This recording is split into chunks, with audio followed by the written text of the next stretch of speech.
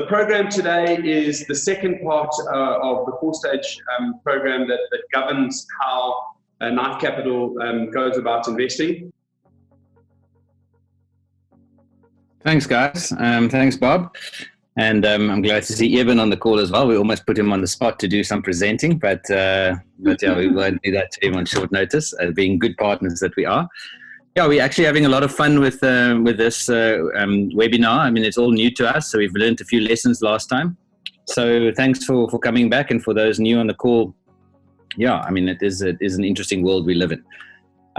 It is a bit of positivity in a I guess a negative world. I mean, I'm having some real interesting discussions with entrepreneurs who are definitely on the ropes. Cash flow is key right now. So yes, one has to try and make plans about making and growing and valuing investments. But for many of you, we realize right now it's difficult to see past payday and past the next 3 months. So we are really working with the powers that be to also understand that, and we're not oblivious to that. Sure. Hi, everybody. I'm glad to see you all back, or for those who joined for the first time, welcome. Yeah, let's talk about due diligence. But before we really go into due diligence, I think it's quite important to talk about the investment process in general. Sometimes we get approached by entrepreneurs and they come and they say, but we need the money in 2 weeks' time. Can you go and do it in 2 weeks? And no, we can't. We simply can't. So the investment process normally kind of starts by someone getting in touch with the entrepreneurs.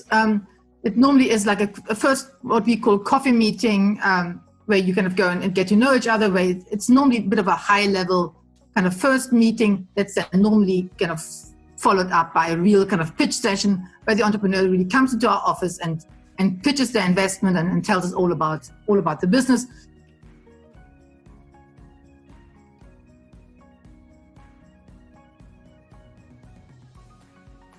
We understand that there is no business that's perfect. We understand that there's blood on the floor. We understand that you have gaps. And it's not that we are trying to go and use the due diligence as a reason to not do the deal. All we want to really kind of go and do is we want to try to understand where are the gaps and can those gaps be fixed. Don't think that a due diligence is like a witch hunt where we're trying to kind of go and find all the bad things. We are trying to go and establish where you are in the business at the moment and what is needed to take it to the next level. For ourselves, as well as actually for all the external service providers that we use to do a due diligence, we ask them to come up with the end 3 kind of big things.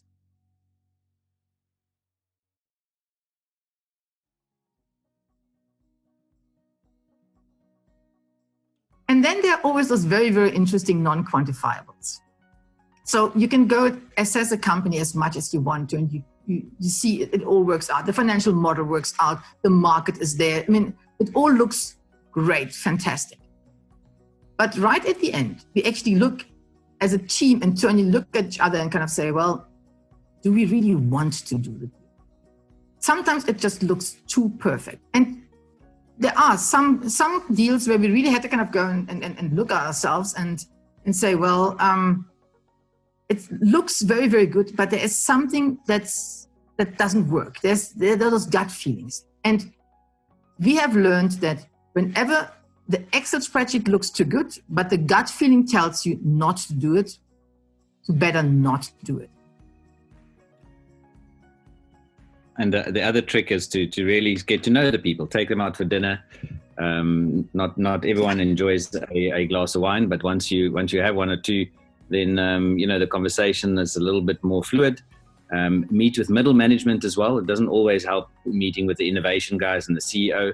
So we like to spend time with our portfolio companies, and this goes especially post-management, in terms of monitoring the businesses. Really get to know the whole culture, be there for Friday drinks or whatever they do. And yeah, you'll be surprised how much you pick up from not what the CEO tells you. But just a few things principally on valuation.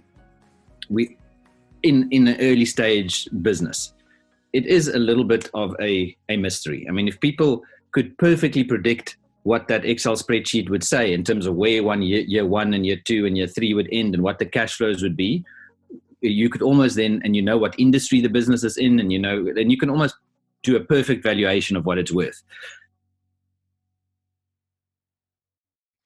Let's say you're an entrepreneur and you went to go to sleep tonight, and you maybe had a epiphany during the night, and you wake up tomorrow morning with this brilliant idea. You haven't created suddenly 10 million rands worth of value or 100 million rands worth of value because you had this brilliant idea.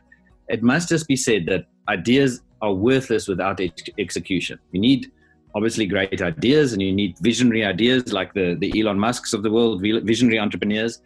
But I mean, his magic doesn't lie in his ideas. His magic lies in the fact that he's got charisma and execution capability and people following him and capital behind it to execute those crazy ideas. 4 things you need to just sort of consider or remember about valuation approaches. And we do all 4, and we're very transparent about it. And you should really challenge people investing in your business on unpacking the mystery of, why do you think my business is worth X? If you look at those comparables around a stage of business, if you look at the slide on the left-hand side down, to say, well, you're either an early stage business with no revenue, well then you can't have revenue multiple valuations, or you've got some revenue but you don't have profits, maybe discounted cash flow or NAV or those type of things, and we will share these slides so you don't have to necessarily frantically try and just, but this is a very important slide to say, well, there is some science around it. As the business becomes more valuable, the price of recent investments and those things became less appropriate because you've got other metrics to invest and compare and whatever the case may be. So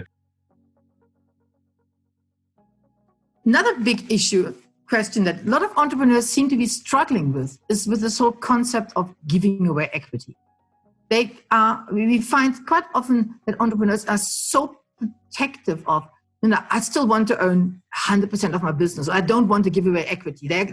How often they come and say, well, can't you just give me money and I'll pay you back prime plus whatever, but I don't want to give away equity. And I think entrepreneurs really need to understand, if you approach particularly venture capital investors, it is about equity.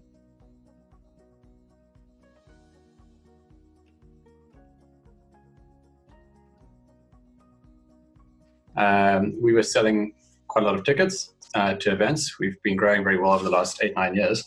And overnight, with the ban of public gatherings, it basically annihilated about 95-96% of our revenue. So, the first kind of question that always pops up is, oh, don't you have some backup reserve money? And you're like, sure, yeah, we got money saved up for a rainy day. For a couple of bad winter months, maybe 3-4 months where you're down 30%, you're going to have your money saved up, but nothing prepares you for an overnight drop of 95%, 96% of your revenue. So a venture capital firm on your side with you to help a little bit. That's actually one of the questions you guys were talking about earlier, Andrea, was should you have investment from a VC? And I saw some questions in the chat as well about is it better to get funding from a bank or from a VC, or how does it work? And those are valid questions. But for us, a large part of having a partner like this is actually around advice and having support that goes beyond just funding.